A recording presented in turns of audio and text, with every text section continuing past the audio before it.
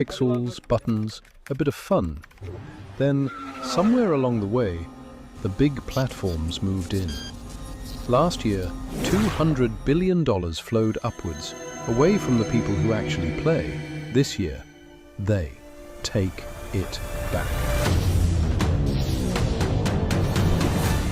YOM, where players play games straight from your PC, not a data center in Virginia. Meet Tyler Pemberton. Yes, this looks dramatic, but he's perfectly fine. Tyler's offline. His PC isn't. 47 players streaming from his GPU right now. Even AFK, Tyler's rig is pulling its weight. He's making money in his sleep. Maybe this is what happens when gamers finally take control of their own world. Turn your idle GPU into passive income. YOM.net. Eat, sleep, earn, repeat.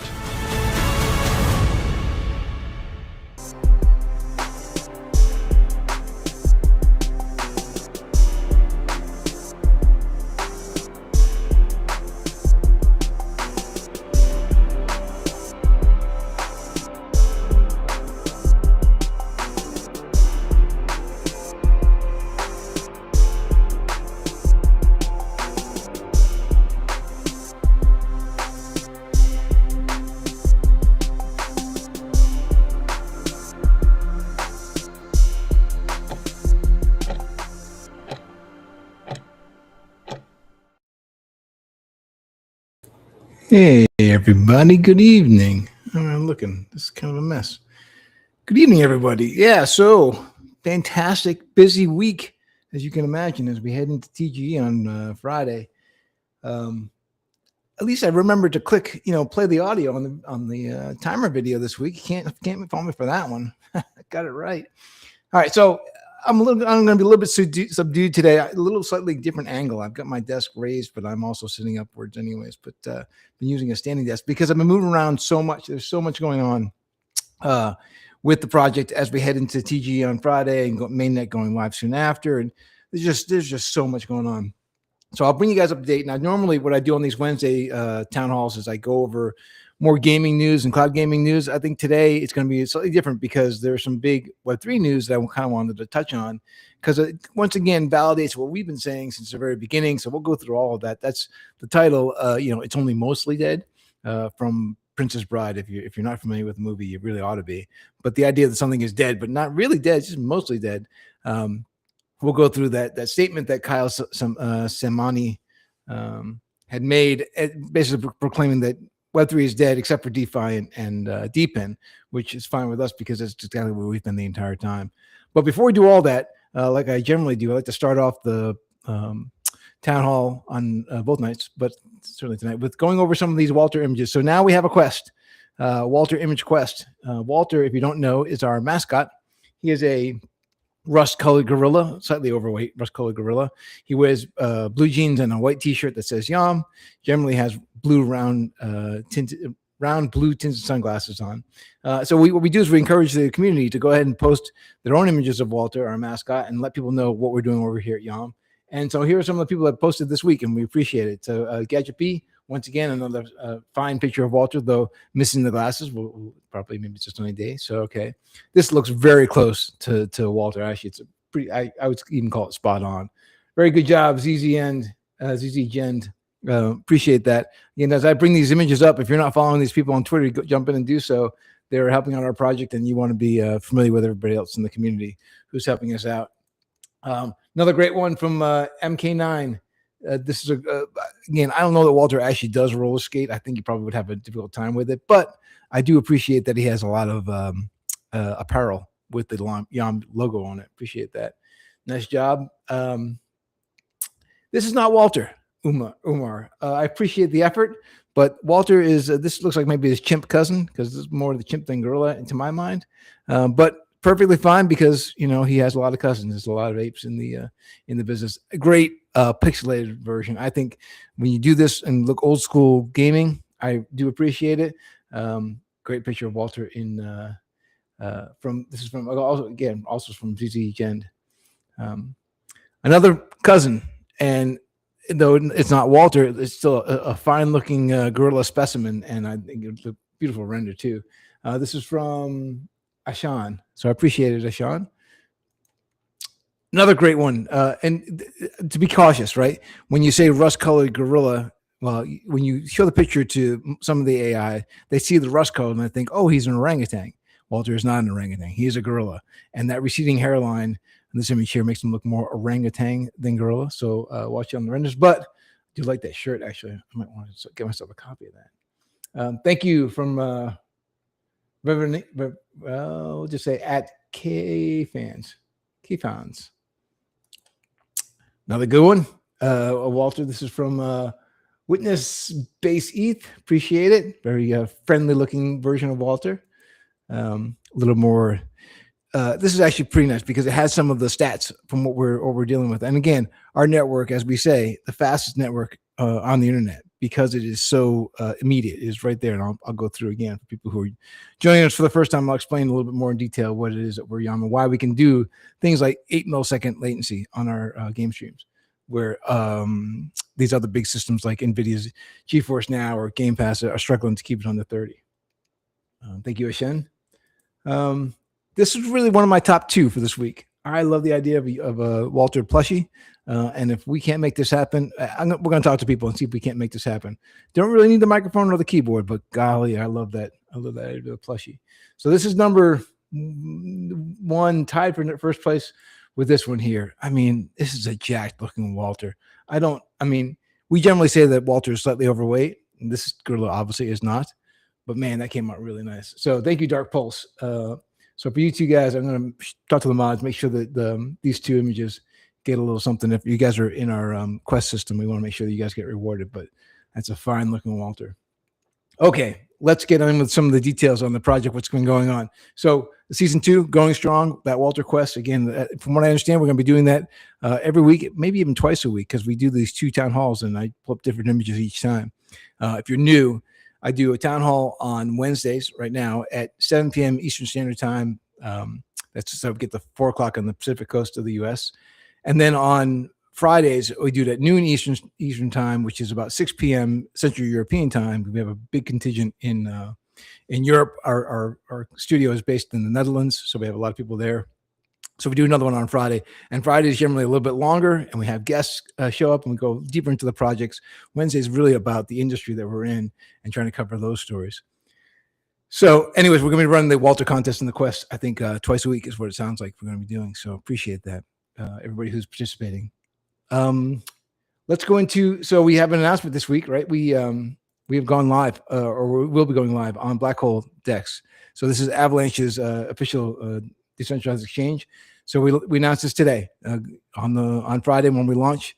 You'll be able to purchase tokens on Black Hole, which is good news. If you're not familiar with the platform, it's a really slick, very smooth looking platform. So go to blackhole.xyz if that's a place if you'd rather go decentralized. This is a place to go. We're going to be dropping more and more announcements going into Friday. I think let's see, today's Wednesday, so at least one more tomorrow, maybe even 2 more tomorrow. Actually, could be a whole stack of them tomorrow. All getting ready for Friday, and then on Friday I'm going to be on an AMA that we're going to announce that tomorrow as well. So there's a lot going on. Again, as we prepare for Friday, it's a bit of a whirlwind, but all systems are go. If anyone's considering, oh wait a minute, they're gonna delay at the last minute, that is off the table as far as I know. We could pretty much tattoo the date on our foreheads at this point.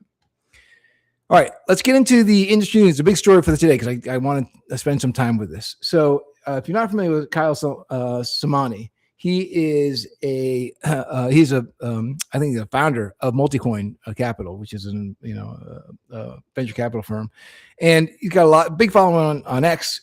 He says a lot of smart things. I mean, he posts all the time. One of the things he declared was that Web3 is dead, and then he made this carve out, except for DeFi and DePIN. He says, those are the only 2 left standing.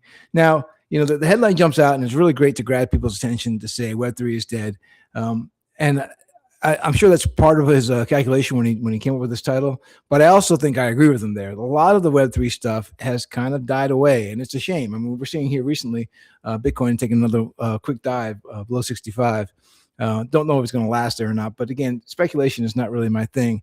And for us at YOM, we've always said this: we're not a token project, we're not a Web3 project, we're a technology project. We have built a decentralized network that is the fastest network available, is geared at cloud gaming right now, because that is a huge market and it's the hardest one to solve. So if you can solve this one, which we have, everything else afterwards just kind of becomes easy, right? Anyways, so let's get into the article and what he's saying here.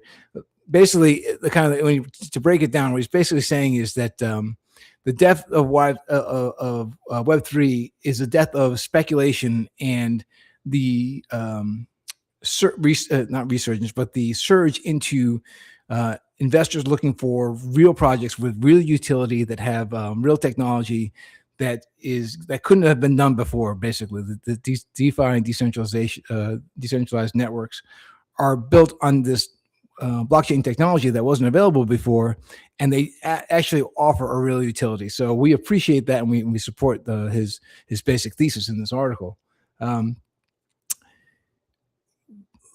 So what we said, as I read the article, I was kind of like, again, agreeing with much of what he said, and not really disagreeing, even though I said in the post, in the announcement for this last year, that we might disagree with them, but really basically saying that it's kind of nice to see everybody in the market coming to where we've been, where we staked our claim, 4 years ago when we went on this path. Like, all of us at the project, we've all have a long history inside of Web3. We've been, many of us have been investing in different tokens and all those things, mostly because we did buy into and we still do buy into the thesis that the financial system is changing, and and blockchain is going to be the new basis for the new financial system.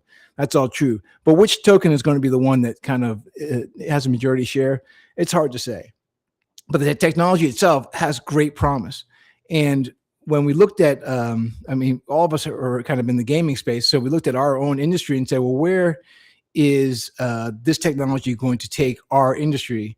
Where is a flaw to that industry that needs to be filled, and can be filled by using blockchain technology or technologies built on blockchain? And we came to cloud gaming, mostly because originally, if you haven't been there from the beginning, the YOM project was originally a metaverse space project. They were building projects for TEDx and GlaxoSmithKline, some really big clients. They were building metaverse spaces and putting them live as demo environments and demo experiences for those brands, but they were hosting them on Amazon, and they ran into the wall of cost. I mean, it's very expensive to host a live 3D world and a live metaverse on Amazon, especially if you don't have a lot of traffic. But even with a lot of traffic, even with GlaxoSmithKline money, it couldn't sustain itself for a long period of time. So the hole that the industry was having was, how do you stream 3D content, high quality gaming content, at a way that's super inexpensive? And the decentralized network approach really became it was pretty simple walk from there to from that question to that answer. So we started building this decentralized network. Now, where do we get where's a good place to get GPU resources that's inexpensive? Well, there are retail gaming rigs all around the world that sit idle at night or when people go off to work. There are a lot of GPU cycles that are just not getting utilized at all. So we said, let's go to the gamer community itself and say, hey, with your gaming rig, when it's sitting idle, if you want to earn some value out of that idle equipment, put it on our network, and we'll pay you to allow us to use your hardware while you're not using it, as a way to kind of put money in a decentralized revenue, put it in the hands of people in local economies. At the same time, mine all these GPU cycles that are just sitting and getting wasted. So that's that's the whole that's YOM in a nutshell, in case you're coming to us for the first time. So Kyle's article here, Kyle Samani, not his article, but his statement, and then the articles that chase after it, talk about this idea that the markets right now are done with speculation. They're done with the idea of chasing after metaverse projects that can't be sustained, or certainly NFT projects or those kinds of things. And they're looking for where there's real value, where there's real utility, which industries are benefiting from this technology. And many of them are finding us and saying, oh yeah, you're right. Cloud gaming, it has its foothold already. So 121 oh gosh, it was 121. It stepped up to 121, I think, this year, grabbing all kinds of users are now starting to, if we said last week, 47% of the people who are playing on cloud gaming systems on say, Xbox Game Pass and NVIDIA GeForce Now, they're playing on rigs that couldn't power those games if it wasn't for the cloud. So if people are going to cloud gaming as a real way, it saves them the download, it saves them the install, it saves them the wait, for all those processes to take place. And they don't have to buy that very expensive hardware equipment. They can just play it through their low-end laptop or on their phones. But you're having problems like this. Another image brought to me from Reddit. Thank you, Reddit. But these guys are saying, remember, they didn't go a little closer. Yep. The GeForce Now Alliance in Thailand is like, 521 people ahead of this guy waiting in line. So the queues are very, very long.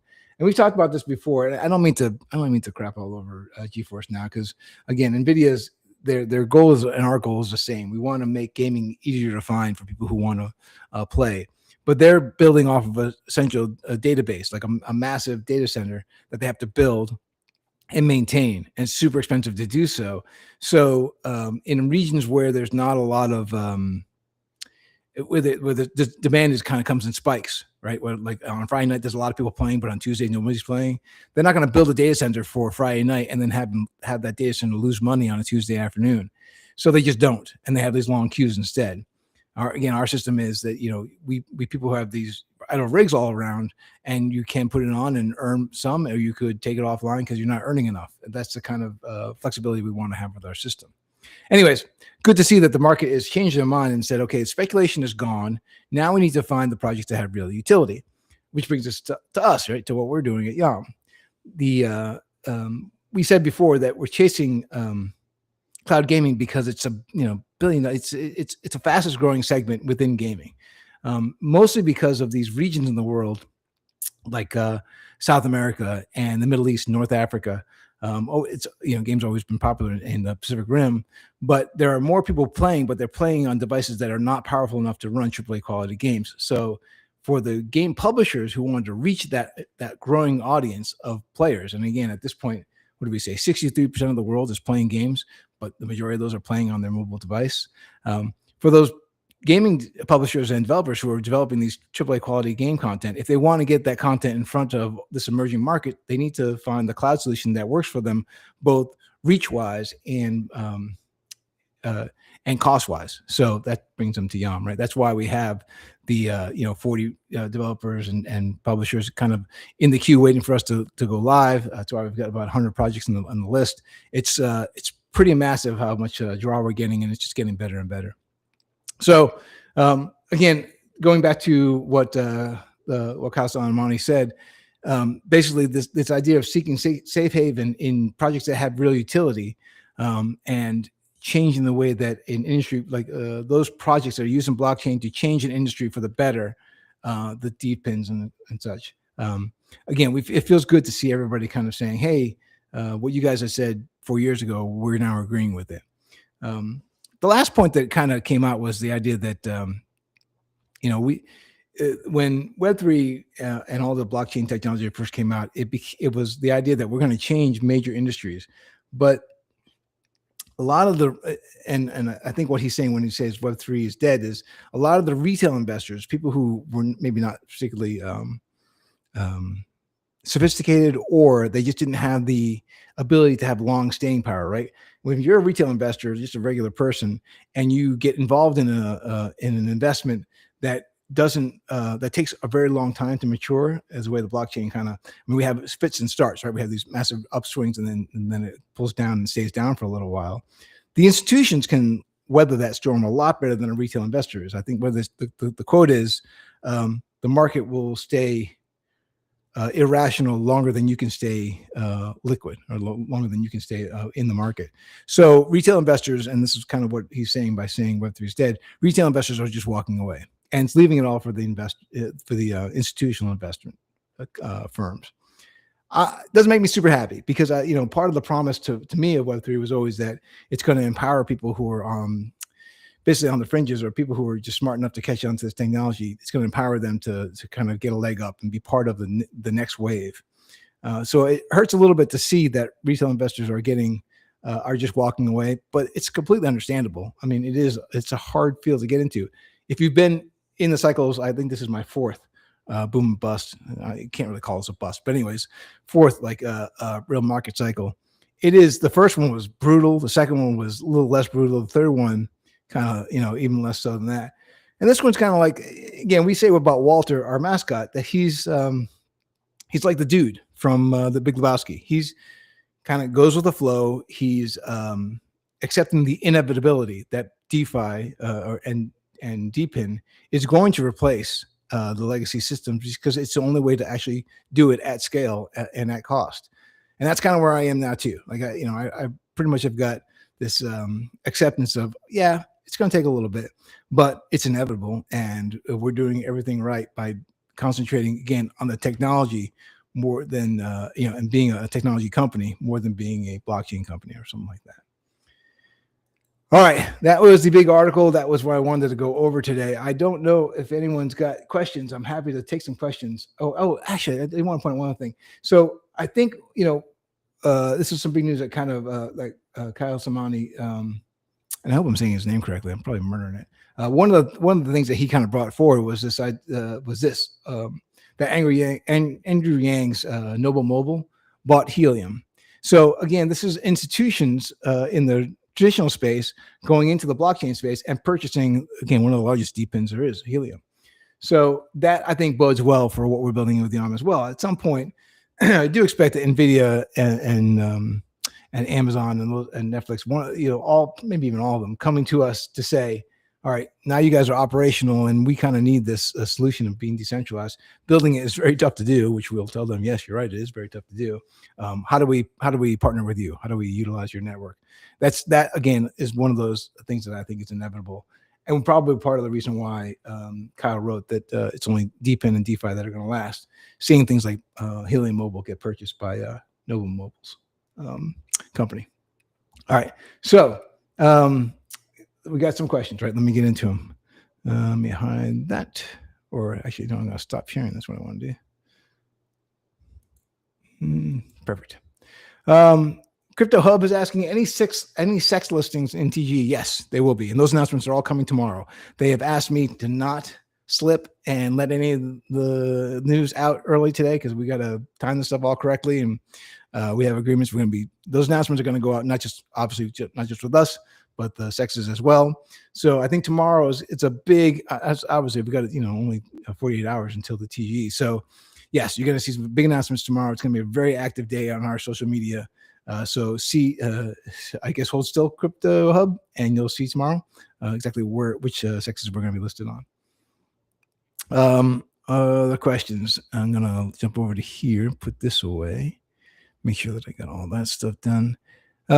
So if you're finding us for the first time and you don't yet know, like this seems like a great idea, but how do I get involved? What's my next steps? Obviously, you go to yom.net and get acquainted with our project. But if you're a gamer and you got a gaming rig sitting at home, whether it's the one you're currently operating or maybe a legacy one that you've put in the closet because you've upgraded, and you are curious about how much revenue you could be earning per month, an estimate anyways, of how much you could be earning a month by being a participant, a node operator, we have on our website, if you go to app.yom.net/rigcheck, we've created an app that allows you to run it on the system that you're going to operate the node from. And it does some system checks your bandwidth and that kind of thing. And then you enter in, like, I'm going to be running it for, 12 hours a day or 8 hours a day or 24 hours a day, and this many days per month. And you put that information in and it'll give you an estimate about how much you could be earning. And the average machine we're saying per stream is about $50 per stream per month if you run a certain amount of hours and in a certain region. But that depending on your system, you could run up 2, 3, 4 streams. Your GPU and your bandwidth will determine how many streams you could be operating concurrently. So at saturation, which for us is 60% of the networks being utilized at any one time, and you're running 4 streams at a time. If the average is $50, you're talking about $200 a month. That is not direct. I mean, you've got to go and put the numbers in yourself, do your own estimation. It's going to depend on many things, but we wanted to make that rig check available to people because if it's clear that your system can't run it, or your bandwidth won't allow for it, we didn't want you to purchase a device, have it shipped all the way out to you, plug it in, and then find out, oh, can't work. Instead, to protect you and to protect us for all the cost of shipping and returning it, we made the RickCheck app. So that is your first step. Go to yom.net. Well, actually, first step is go to yom.net and check out the project. Second step is go to app.yom.net/RigCheck and run that app, run that test, and find out how well you're doing, how well you could do. If you are, if you have any questions beyond that, obviously we've got a great mod team. They're happy to, we're very active in Discord and we're active on Telegram.